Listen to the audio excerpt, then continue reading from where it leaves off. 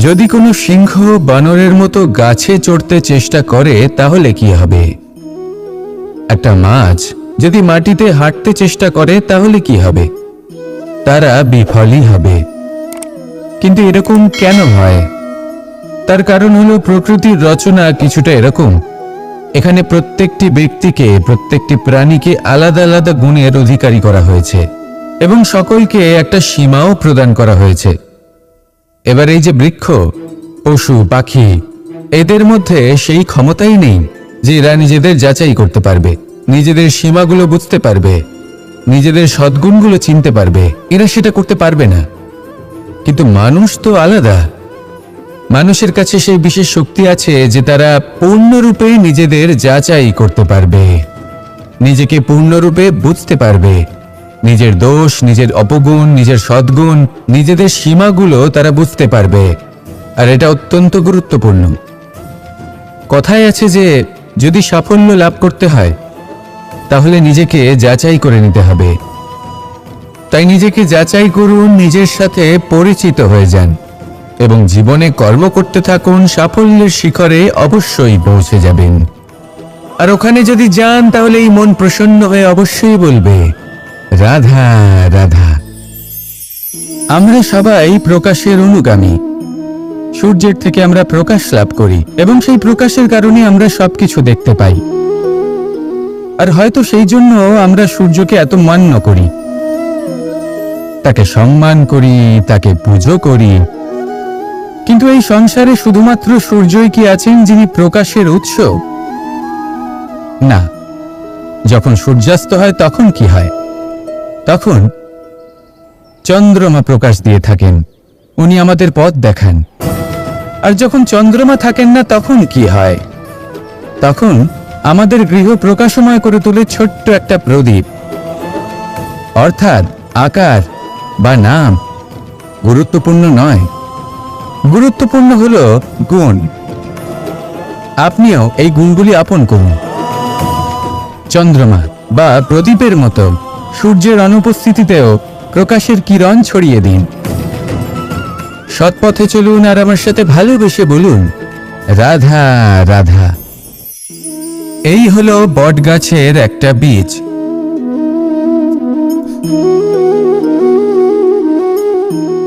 চলুন এটা রোপণ করা যাক, একটু জল দেওয়া যাক। এবার এখানে একটা বিশাল বটবৃক্ষ উৎপন্ন হবে। কিন্তু কিভাবে? এতে কে সাহায্য করবে? এটা সম্ভব কে করে দেখাবে? প্রকৃতি।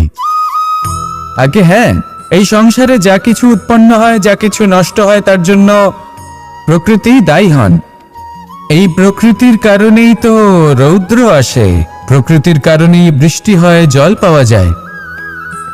তার কারণেই এই বটের বীজ তা এক বিশাল বটবৃক্ষে পরিণত হবে।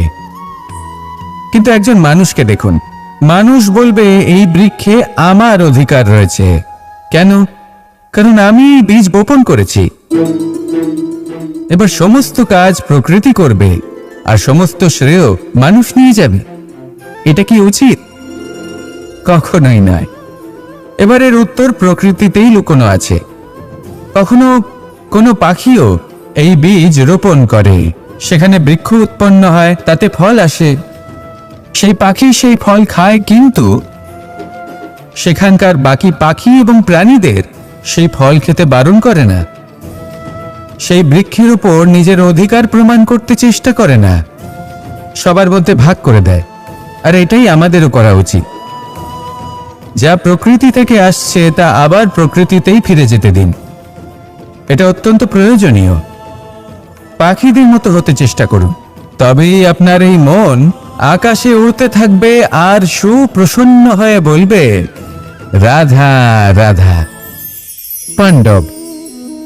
পাণ্ডবরা বন থেকে এসেছিলেন। ওনাদের কাছে না কোনো ধন ছিল, না কোনো সম্পদ, না বিদ্যা। নিজের পরিশ্রমের দ্বারা ওনারা বিদ্যা অর্জন করেছিলেন, আর তার দ্বারাই সম্পদ অর্জন করলেন আর ধন অর্জন করলেন। এই পাণ্ডব ছিলেন অত্যন্ত কুশল এবং শক্তিশালী। যুধিষ্ঠির নিজের পরিশ্রম দ্বারা এমন জ্ঞান অর্জন করেছিলেন যে এই সংসার ওনাকে ধর্মরাজ যুধিষ্ঠির অভিহিত করেছিল। দেখতে গেলে পাণ্ডবদের কাছে সবকিছুই ছিল, কিন্তু যখন বিষয় এলো আরো ধন লাভ করার, তখন যুধিষ্ঠির, যিনি পাণ্ডবদের মধ্যে জ্যেষ্ঠ, তিনি সকল পাণ্ডবদের সাথে দ্যুতক্রীড়ায় অংশগ্রহণ করে ফেললেন।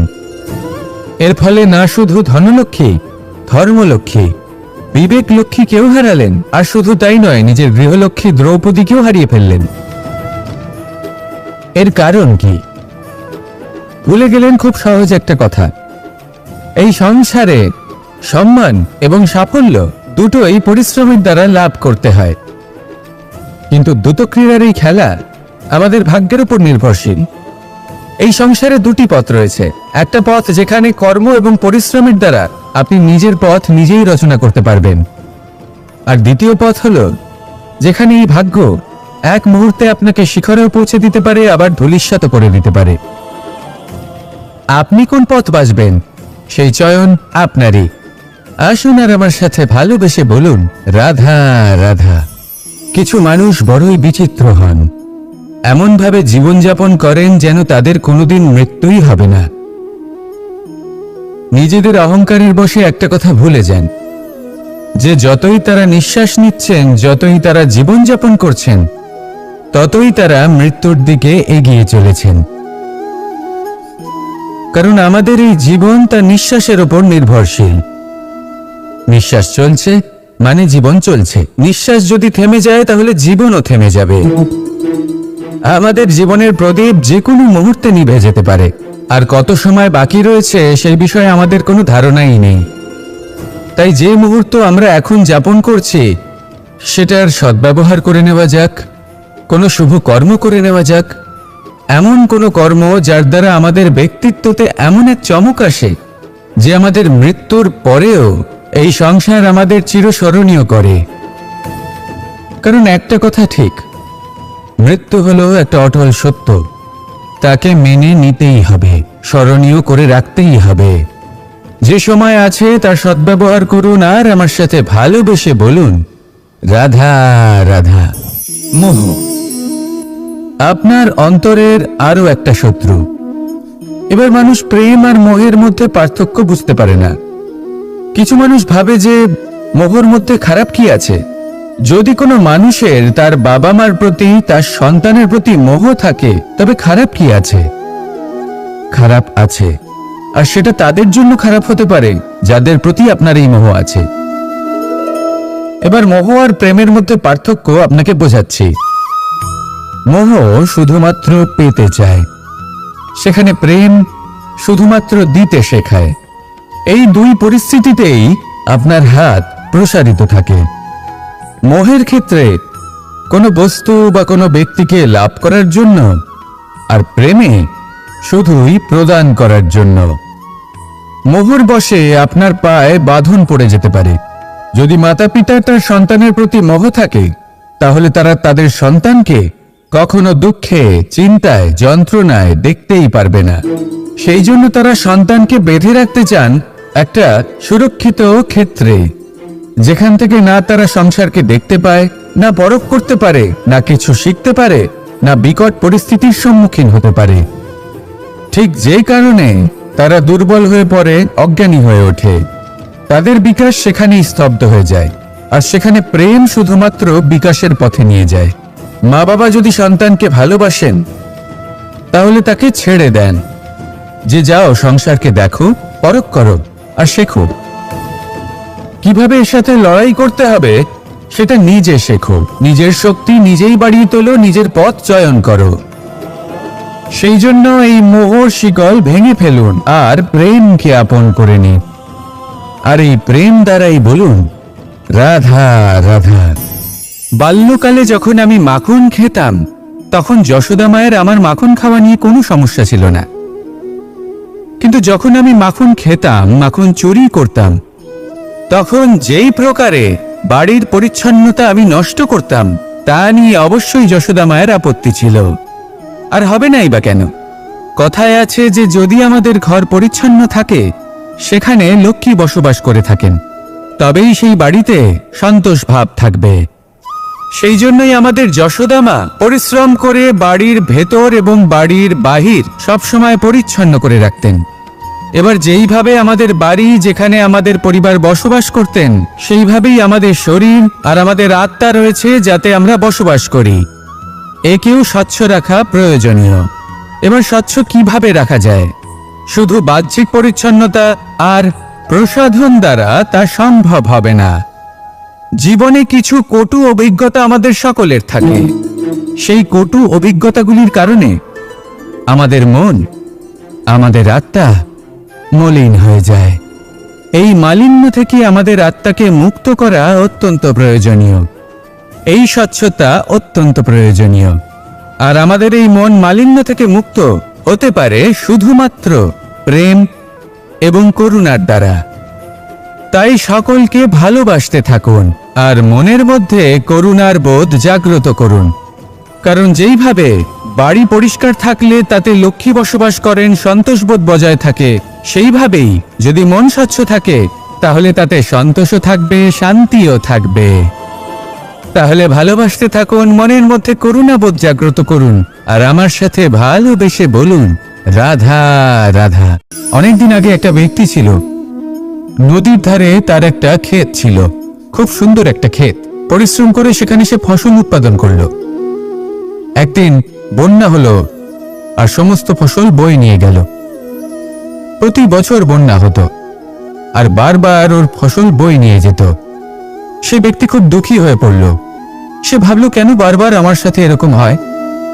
তখন একজন ওকে বোঝালো যে প্রতি বছর যখন এই বন্যা আসে তখন সে তোমার ক্ষেত উর্বর মৃত্তিকা দ্বারা পুষ্ট করে তোলে। তখন সেই ব্যক্তি বুঝতে পারল যে প্রকৃতি ওকে কত বড় একটা উপহার দিয়েছে। প্রতি বছর বন্যা শেষ হওয়ার পরে সে ফসল উৎপাদন করত এবং তাতে 10 গুণ বেশি ফসল হতো। এই সংসারে যতক্ষণ না বৃষ্টির ফোঁটা মাটিতে পড়ছে, ফসল কিভাবে উৎপন্ন হবে? যতক্ষণ না এই সোনা তীব্র আগুনে উত্তপ্ত হচ্ছে, ততক্ষণ সে কুন্দর কি করে হয়ে উঠবে? সেইভাবেই যতক্ষণ না আপনি সমস্যার সম্মুখীন হচ্ছেন, জীবনে সামনে এগোবেন কিভাবে? তাই বিপদ হোক বা সমস্যা, তার সম্মুখীন হন, আর তাও ইতিবাচক মনোভাব নিয়ে। দেখবেন অবশেষে আপনি বিকাশের পথে অগ্রসর হয়েছেন। আসুন আমার সাথে ভালোবেসে বলুন, রাধা রাধা। আমাদের জীবনে যখনই আমরা কোনো বড় দায়িত্বের সম্মুখীন হই, তখন আমরা তার থেকে দূরে পালাই আর এই অজুহাত দিই যে না না, এত বেশি ভার বহন করার যোগ্যতা আমার নেই, আমি করতেই পারবো না। দেখুন, এই সংসারে ভিন্ন ভিন্ন ধরনের গাছ আছে, ছোট গাছ, বড় গাছ, কিন্তু বটগাছের মতো বড় এবং নিবিড় গাছ আর একটাও নেই। সে নিঃস্বার্থভাবে এই সংসারকে সেবা করে যায়, ছায়া প্রদান করে, শীতলতা প্রদান করে। আর যখন এমন সময় আসে যখন তার উপর বোঝা অত্যন্ত বেড়ে যায়, সে কিন্তু কোনোভাবেই ভেঙে পড়ে না।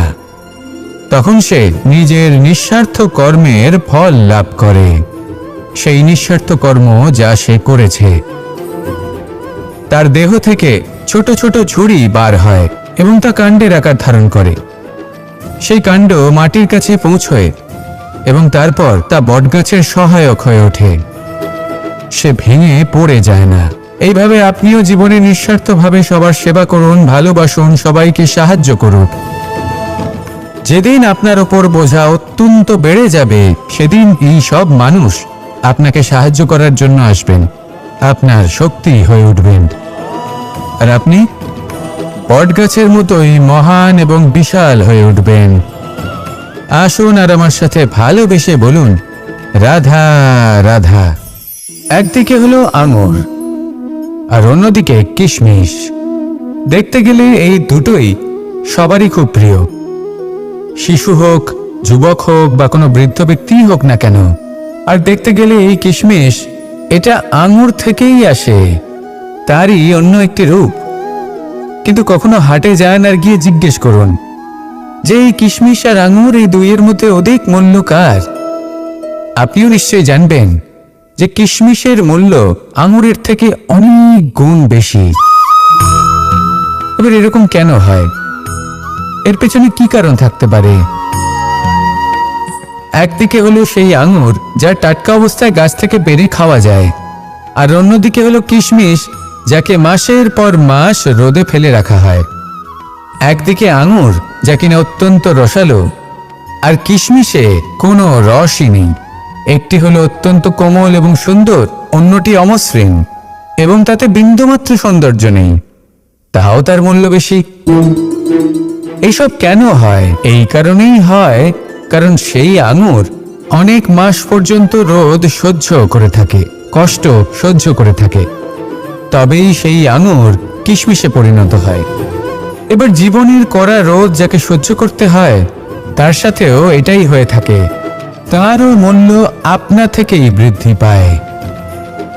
আপনার জীবনে আপনার গুণ, আপনার প্রতিভা তা অত্যন্ত গুরুত্বপূর্ণ, কিন্তু যখন আপনি অভিজ্ঞতা লাভ করেন তখনই সেই অভিজ্ঞতা আপনার গুণ এবং প্রতিভাকে আরো অনেক বেশি শ্রেষ্ঠ করে তোলে। তাই জীবনের কঠোর রোদের মধ্যেও দাঁড়িয়ে থাকাটা শিখে নিন, সাহসের সাথে কঠিন পরিস্থিতির সম্মুখীন হওয়াটা শিখে নিন। ঠিক এইভাবেই অভিজ্ঞতা লাভ করতে হয়, আর এই অভিজ্ঞতা আপনার মূল্য বৃদ্ধি করতেই থাকবে, করতেই থাকবে। আর তখন এই মন প্রসন্ন হয়ে বলবে, রাধা রাধা। মানুষের জীবনে সবসময় কিছু না কিছু ঘটে চলেছে, কখনো ভালো কিছু ঘটে, আবার কখনো দুর্ঘটনা ঘটে।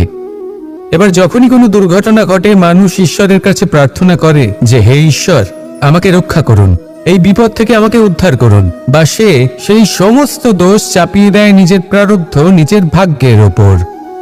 কিন্তু যদি আপনি গভীরভাবে ভাবেন, তাহলে প্রত্যেক দুর্ঘটনা, বাধা এবং বিপদ আপনার জীবনে শুধু একটাই উদ্দেশ্য নিয়ে আসে, আপনাকে আরো যোগ্য করে তোলার জন্য।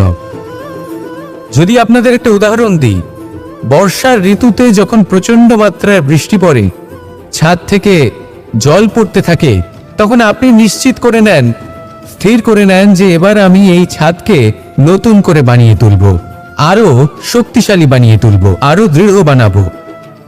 আপনার জীবনে যখন কোনো অসুখ করে, তারপর আপনি জীবনে আরো সাবধানী হয়ে যান, আরো সতর্ক হয়ে যান, স্থির করে নেন যে এটা যেন দ্বিতীয়বার না হয়, ঠিক কিনা? এই বিপদ, এই দুর্ঘটনা, এই সংকট, এগুলো জীবনে আসবে আপনাকে আরো শ্রেষ্ঠ করে তোলার জন্য। এবার এটা আপনার ওপর, আপনি একে ভাগ্যের পরিহাস বলে মনে করবেন, নাকি ঈশ্বরের সংকেত মনে করবেন যিনি আপনাকে আরো শ্রেষ্ঠ করে তুলতে চান। সিদ্ধান্ত আপনারই। আসুন আর আমার সাথে ভালোবেসে বলুন, রাধা রাধা। আমাদের মধ্যে বেশিরভাগ মানুষ কোনো না কোনো মহাশক্তির উপস্থিতিকে বিশ্বাস করেন। আমরা মনে করি যে এ হলো সেই মহাশক্তি যার প্রভাব, যার কৃপা চিরকাল আমাদের উপর বজায় থাকে। আমাদের কর্মের উপর, কর্মফলের উপর চিরকাল তার দৃষ্টি থাকে।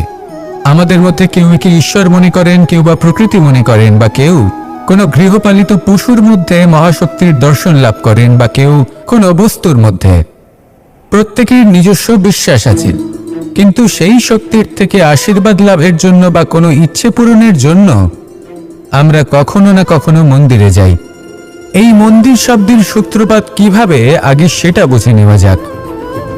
মন্দির এই শব্দের আরম্ভ হলো মনের দ্বারা, কিন্তু বেশিরভাগ মানুষ যখনই মন্দিরে যান কোনো ইচ্ছে পূরণের জন্য বা ইচ্ছে পূরণ হওয়ার পরে ধন্যবাদ দেওয়ার জন্য, তখন তিনি শুধুমাত্র শারীরিকভাবে সেখানে উপস্থিত থাকেন। তার মন তো সাংসারিক কাজের মধ্যেই ঘোরাফেরা করতে থাকে, তাই না? তাহলে বলুন, এর অর্থ কি? যদি আপনি মন্দিরে নিজের মনকেই না নিয়ে যান, তাহলে তার কি লাভ হবে? মন্দিরে গিয়ে নিজের মনকে ঈশ্বরের চরণে পূর্ণরূপে সমর্পণ করুন, নিজের মন থেকে ঈশ্বরের আরাধনা করুন, আর এই মন থেকেই বলুন, এই সংসারে সম্মান এবং সাফল্য দুটোই পরিশ্রমের দ্বারা লাভ করতে হয়, কিন্তু দ্রুতক্রীড়ার এই খেলা আমাদের ভাগ্যের উপর নির্ভরশীল। এই সংসারে দুটি পথ রয়েছে, একটা পথ যেখানে কর্ম এবং পরিশ্রমের দ্বারা আপনি নিজের পথ নিজেই রচনা করতে পারবেন, আর দ্বিতীয় পথ হলো যেখানে এই ভাগ্য এক মুহূর্তে আপনাকে শিখরেও পৌঁছে দিতে পারে, আবার ধূলিসাৎ করে দিতে পারে। আপনি কোন পথ বাছবেন সেই চয়ন আপনারই। রাধা রাধা। যদি কোনো সিংহ বানরের মতো গাছে চড়তে চেষ্টা করে তাহলে কি হবে? একটা মাছ যদি মাটিতে হাঁটতে চেষ্টা করে তাহলে কি হবে? তারা বিফলই হবে। কিন্তু এরকম কেন হয়? তার কারণ হলো প্রকৃতির রচনা কিছুটা এরকম। এখানে প্রত্যেকটি ব্যক্তিকে, প্রত্যেকটি প্রাণীকে আলাদা আলাদা গুণের অধিকারী করা হয়েছে এবং সকলকে একটা সীমাও প্রদান করা হয়েছে। এবার এই যে বৃক্ষ, পশু, পাখি, এদের মধ্যে সেই ক্ষমতাই নেই যে এরা নিজেদের যাচাই করতে পারবে, নিজেদের সীমাগুলো বুঝতে পারবে, নিজেদের সদ্গুণগুলো চিনতে পারবে। এরা সেটা করতে পারবে না। কিন্তু মানুষ তো আলাদা। মানুষের কাছে সেই বিশেষ শক্তি আছে যে তারা পূর্ণরূপে নিজেদের যাচাই করতে পারবে, নিজেকে পূর্ণরূপে বুঝতে পারবে, নিজের দোষ, নিজের অপগুণ, নিজের সদ্গুণ, নিজেদের সীমাগুলো তারা বুঝতে পারবে। আর এটা অত্যন্ত গুরুত্বপূর্ণ। কথায় আছে যে যদি সাফল্য লাভ করতে হয় তাহলে নিজেকে যাচাই করে নিতে হবে। তাই নিজেকে যাচাই করুন, নিজের সাথে পরিচিত হয়ে যান এবং জীবনে কর্ম করতে থাকুন। সাফল্যের শিখরে অবশ্যই পৌঁছে যাবেন। আর ওখানে যদি যান তাহলে এই মন প্রসন্ন হয়ে অবশ্যই বলবে রাধা রাধা। আমরা সবাই প্রকাশের অনুগামী। সূর্যের থেকে আমরা প্রকাশ লাভ করি এবং সেই প্রকাশের কারণে আমরা সবকিছু দেখতে পাই। আর হয়তো সেই জন্য আমরা সূর্যকে এত মান্য করি, তাকে সম্মান করি, তাকে পুজো করি। কিন্তু এই সংসারে শুধুমাত্র সূর্যই কি আছেন যিনি প্রকাশের উৎস? না। যখন সূর্যাস্ত হয় তখন কি হয়? তখন চন্দ্রমা প্রকাশ দিয়ে থাকেন, উনি আমাদের পথ দেখান। আর যখন চন্দ্রমা থাকেন না তখন কি হয়? তখন আমাদের গৃহ প্রকাশময় করে তোলে ছোট্ট একটা প্রদীপ। অর্থাৎ আকার বা নাম গুরুত্বপূর্ণ নয়, গুরুত্বপূর্ণ হলো গুণ। আপনিও এই গুণগুলি আপন করুন। চন্দ্রমা বা প্রদীপের মতো সূর্যের অনুপস্থিতিতেও প্রকাশের কিরণ ছড়িয়ে দিন। সৎপথে চলুন আর আমার সাথে ভালোবেসে বলুন রাধা রাধা। এই হলো বটগাছের একটা বীজ।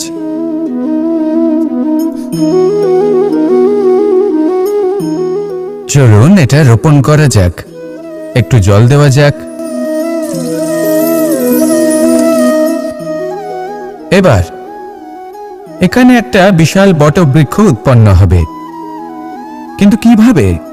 এতে কে সাহায্য করবে? এটা সম্ভব কে করে দেখাবে? প্রকৃতি। আগে হ্যাঁ, এই সংসারে যা কিছু উৎপন্ন হয়, যা কিছু নষ্ট হয়, তার জন্য প্রকৃতি দায়ী হন। এই প্রকৃতির কারণেই তো রৌদ্র আসে, প্রকৃতির কারণেই বৃষ্টি হয়, জল পাওয়া যায়। তার কারণেই এই বটের বীজ তা এক বিশাল বটবৃক্ষে পরিণত হবে। কিন্তু একজন মানুষকে দেখুন, মানুষ বলবে এই বৃক্ষে আমার অধিকার রয়েছে। কেন? কারণ আমি বীজ বপন করেছি। এবার সমস্ত কাজ প্রকৃতি করবে আর সমস্ত শ্রেয় মানুষ নিয়ে যাবে। এটা কি উচিত? কখনোই নয়। এবারের উত্তর প্রকৃতিতেই লুকোনো আছে। কখনো কোনো পাখিও এই বীজ রোপণ করে, সেখানে বৃক্ষ উৎপন্ন হয়, তাতে ফল আসে, সেই পাখি সেই ফল খায়, কিন্তু সেখানকার বাকি পাখি এবং প্রাণীদের সেই ফল খেতে বারণ করে না। সেই বৃক্ষের উপর নিজের অধিকার প্রমাণ করতে চেষ্টা করে না, সবার মধ্যে ভাগ করে দেয়। আর এটাই আমাদেরও করা উচিত। যা প্রকৃতি থেকে আসছে তা আবার প্রকৃতিতেই ফিরে যেতে দিন। এটা অত্যন্ত প্রয়োজনীয়। পাখিদের মতো হতে চেষ্টা করুন, তবেই আপনার এই মন আকাশে উড়তে থাকবে আর সুপ্রসন্ন হয়ে বলবে রাধা রাধা। পাণ্ডবরা বন থেকে এসেছিলেন। ওনাদের কাছে না কোনো ধন ছিল, না কোনো সম্পদ, না বিদ্যা। নিজের পরিশ্রমের দ্বারা ওনারা বিদ্যা অর্জন করেছিলেন, আর তার দ্বারাই সম্পদ অর্জন করলেন আর ধন অর্জন করলেন। এই পাণ্ডব ছিলেন অত্যন্ত কুশল এবং শক্তিশালী। যুধিষ্ঠির নিজের পরিশ্রম দ্বারা এমন জ্ঞান অর্জন করেছিলেন যে এই সংসার ওনাকে ধর্মরাজ যুধিষ্ঠির অভিহিত করেছিল। দেখতে গেলে পাণ্ডবদের কাছে সবকিছুই ছিল, কিন্তু যখন বিষয় এলো আরো ধন লাভ করার, তখন যুধিষ্ঠির, যিনি পাণ্ডবদের মধ্যে জ্যেষ্ঠ, তিনি সকল পাণ্ডবদের সাথে দ্যুতক্রীড়ায় অংশগ্রহণ করে ফেললেন। এর ফলে না শুধু ধনলক্ষ্মী, ধর্মলক্ষ্মী, বিবেক লক্ষ্মীকেও হারালেন, আর শুধু তাই নয়, নিজের গৃহলক্ষ্মী দ্রৌপদীকেও হারিয়ে ফেললেন। এর কারণ কি? ভুলে গেলেন খুব সহজ একটা কথা, এই সংসারে সম্মান এবং সাফল্য দুটোই পরিশ্রমের দ্বারা লাভ করতে হয়, কিন্তু দ্রুতক্রীড়ার এই খেলা আমাদের ভাগ্যের উপর নির্ভরশীল। এই সংসারে দুটি পথ রয়েছে, একটা পথ যেখানে কর্ম এবং পরিশ্রমের দ্বারা আপনি নিজের পথ নিজেই রচনা করতে পারবেন, আর দ্বিতীয় পথ হলো যেখানে এই ভাগ্য এক মুহূর্তে আপনাকে শিখরেও পৌঁছে দিতে পারে, আবার ধূলিসাৎ করে দিতে পারে। আপনি কোন পথ বাছবেন সেই চয়ন আপনারই। আসুন আর আমার সাথে ভালোবেসে বলুন, রাধা রাধা। কিছু মানুষ বড়ই বিচিত্র হন, এমনভাবে জীবনযাপন করেন যেন তাদের কোনোদিন মৃত্যুই হবে না। নিজেদের অহংকারের বশে একটা কথা ভুলে যান, যে যতই তারা নিঃশ্বাস নিচ্ছেন, যতই তারা জীবনযাপন করছেন, ততই তারা মৃত্যুর দিকে এগিয়ে চলেছেন। কারণ আমাদের এই জীবন তার নিঃশ্বাসের উপর নির্ভরশীল। নিঃশ্বাস চলছে মানে জীবন চলছে, নিঃশ্বাস যদি থেমে যায় তাহলে জীবনও থেমে যাবে। আমাদের জীবনের প্রদীপ যে কোনো মুহূর্তে নিভে যেতে পারে, আর কত সময় বাকি রয়েছে সেই বিষয়ে আমাদের কোনো ধারণাই নেই। তাই যে মুহূর্ত আমরা এখন যাপন করছি সেটার সদ্ব্যবহার করে নেওয়া যাক, কোনো শুভ কর্ম করে নেওয়া যাক, এমন কোনো কর্ম যার দ্বারা আমাদের ব্যক্তিত্বতে এমন এক চমক আসে যে আমাদের মৃত্যুর পরেও এই সংসার আমাদের চিরস্মরণীয় করে। কারণ একটা কথা ঠিক, মৃত্যু হলো একটা অটল সত্য, তাকে মেনে নিতেই হবে, স্মরণীয় করে রাখতেই হবে। যে সময় আছে তার সদ্ব্যবহার করুন, আর আমার সাথে ভালোবেসে বলুন, রাধা রাধা। মোহ আপনার অন্তরের আরো একটা শত্রু। এবার মানুষ প্রেম আর মোহের মধ্যে পার্থক্য বুঝতে পারে না। কিছু মানুষ ভাবে যে মোহর মধ্যে খারাপ কি আছে। যদি কোনো মানুষের তার বাবা মার প্রতি, তার সন্তানের প্রতি মোহ থাকে, তবে খারাপ কি আছে? খারাপ আছে, আর সেটা তাদের জন্য খারাপ হতে পারে যাদের প্রতি আপনার এই মোহ আছে। এবার মোহ আর প্রেমের মধ্যে পার্থক্য আপনাকে বোঝাচ্ছি। মোহ শুধুমাত্র পেতে চায়, সেখানে প্রেম শুধুমাত্র দিতে শেখায়। এই দুই পরিস্থিতিতেই আপনার হাত প্রসারিত থাকে।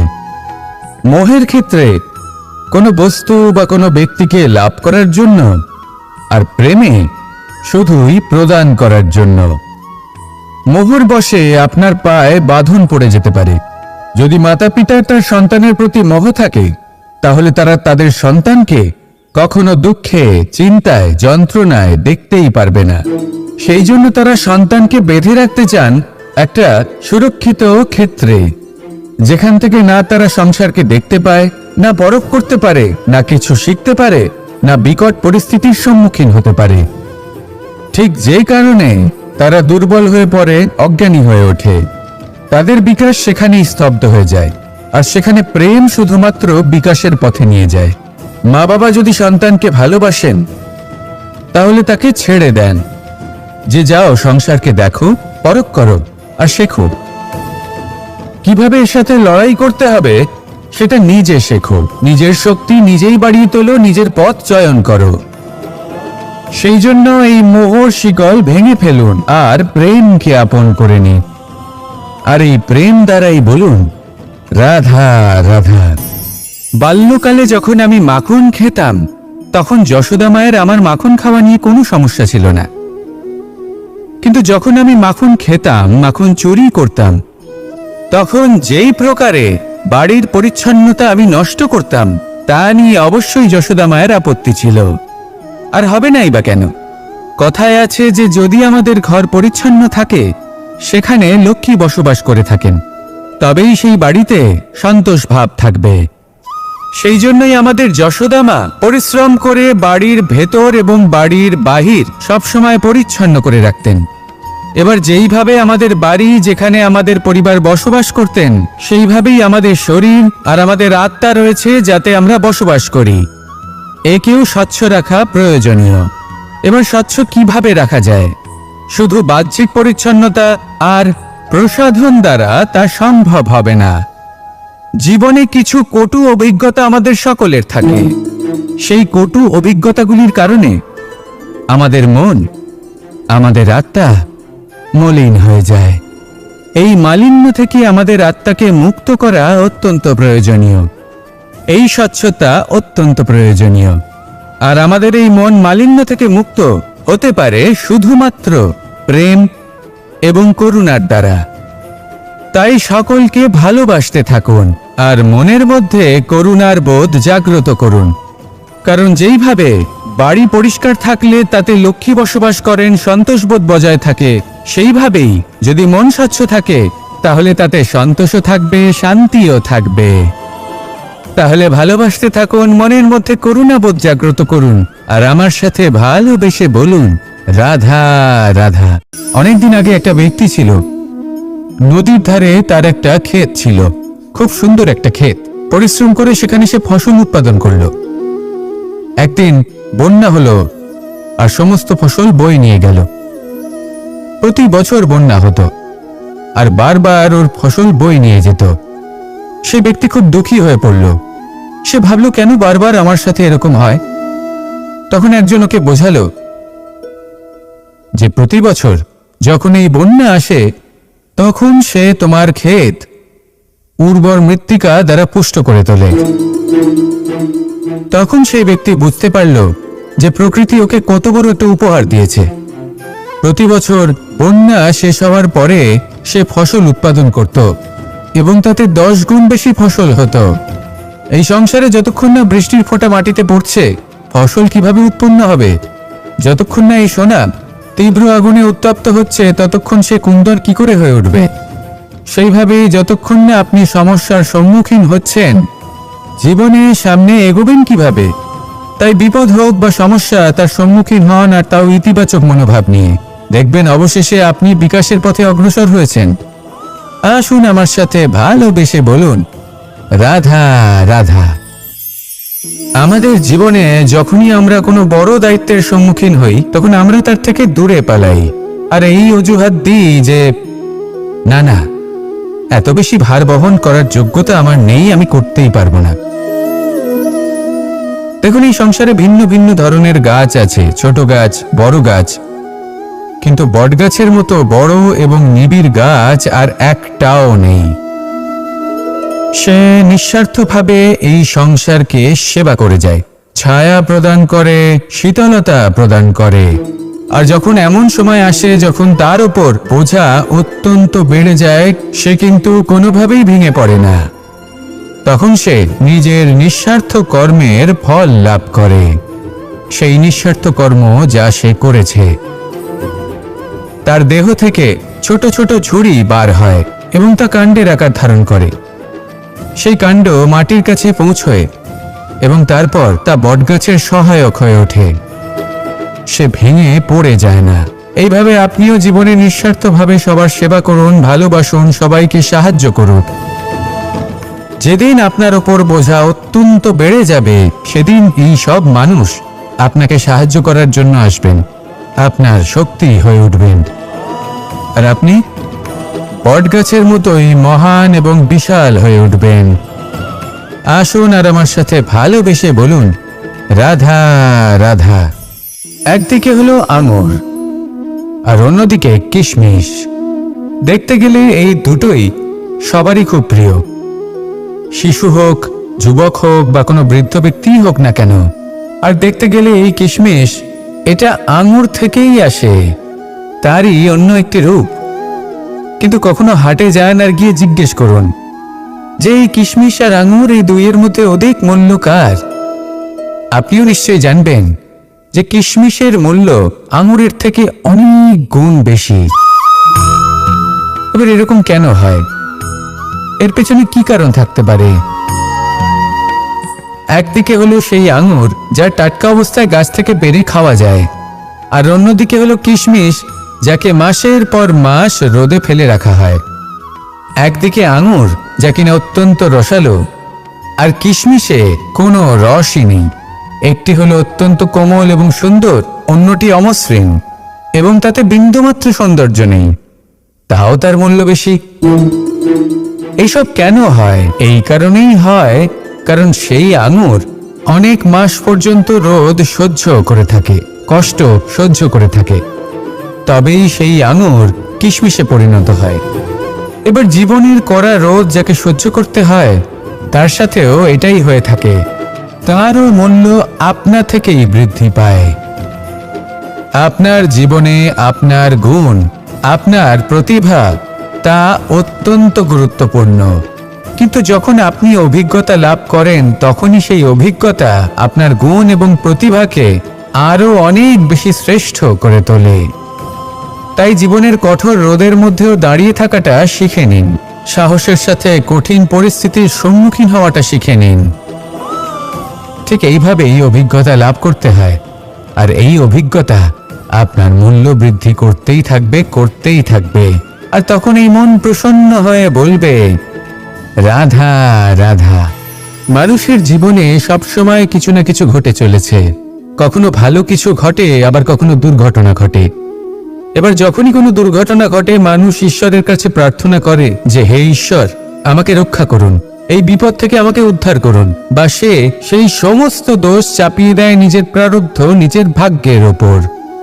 কিন্তু যদি আপনি গভীরভাবে ভাবেন, তাহলে প্রত্যেক দুর্ঘটনা, বাধা এবং বিপদ আপনার জীবনে শুধু একটাই উদ্দেশ্য নিয়ে আসে, আপনাকে আরো যোগ্য করে তোলার জন্য।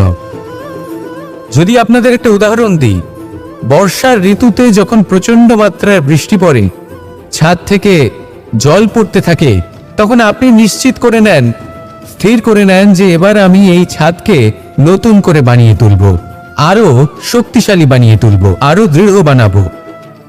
আপনার জীবনে যখন কোনো অসুখ করে, তারপর আপনি জীবনে আরো সাবধানী হয়ে যান, আরো সতর্ক হয়ে যান, স্থির করে নেন যে এটা যেন দ্বিতীয়বার না হয়, ঠিক কিনা? এই বিপদ, এই দুর্ঘটনা, এই সংকট, এগুলো জীবনে আসবে আপনাকে আরো শ্রেষ্ঠ করে তোলার জন্য।